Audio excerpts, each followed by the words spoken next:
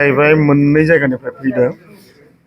जोंहा सुखानजरा 112 भट सेन्टारनिफ्राय 18 न'खर दिनै आंजों फुराना बिपिएफनि कार्जकर्ताफ्रा आंजों जयनिं जाफैदों।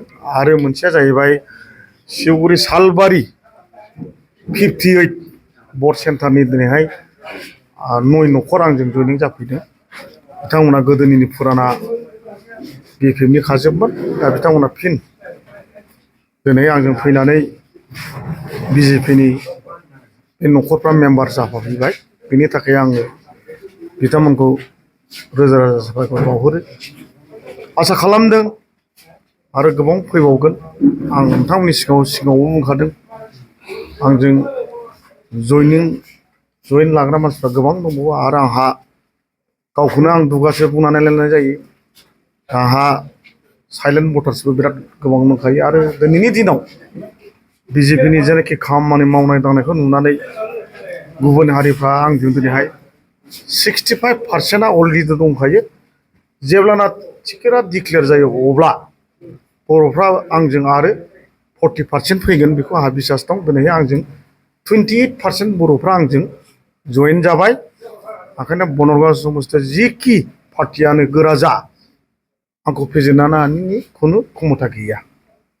बे जाहैबाय आं बुंनाय नङा, आंनि रायजो राजाफोरनि बुंनाय।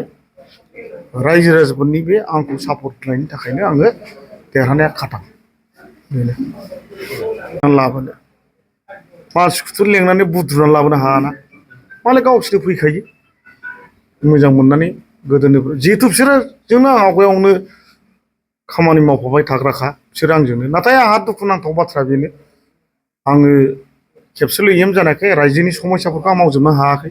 सेकेन्ड टाइम इएम जाबावनोब्ला हयथ' आं गोबां रायजो राजाफोरनि रायजोनि समस्याफोरखौ आङो सुफुंनो हागौमोन होननानै आंहा बिसास दंमोन। नाथाय सेकेन्ड टाइम इएम जायैयाव आङो हायाखै, बे सैथो। जानायमोनबा दिनैहाय आरो आङो बे बनरगावआव सासेबो उल्था थानाय नङामोन, आंजों फैजोबगौमोन। दा दुखुनांथाव सरकारखौ जों दानो हायाखिसै। थेवब्लाबो बिथांमोना दिनैहाय आंखौ गोसो सिंनिफ्राय मोजां मोननानै दिनै आंजों फैदों, नुजाफैदों। आंबो बरायनानै लादों। आरो बिथांमोना आंनि जानानै दैथां खामानि मावनो होननानै बिथांमोना ओंखारबोखाबाय। आरोबाव खुनु फासयनायनि खोथा गैया। देरहानायाबो 100%खा। टिकेटनि खेथ्रआव माबायदि जागोन? टिकेटखौथ' खुनु रायलायनांगौ गैया। टिकेटआ जाहैबाय बेयाव आंनि एगेन्स्टै रावबो बिजेपिनि टिकेट बिग्रा गैया। गासिबो मण्डलनिफ्राय आरम्भ लानानै आठथा मर्चानि जायनाखि लिडार्सफोर दं, वार्कारफोर, बिथांमोना आंनि जानानै अलरेडि टिकेटखौ डिमान्ड खालामखाबाय। आरो मोननाया खाथां। बियो आं बुंनाय नङा, जोंनि मण्डलनि लिडारफोर बुंनाय, हाइकमान्डनिफ्राय आंखौ निर्देश हरनाय। बे हिसाबै आं दिनैहाय टिकेट मोननायखायनो मानसिफोरखौ जयेन खालामगासिनो दं।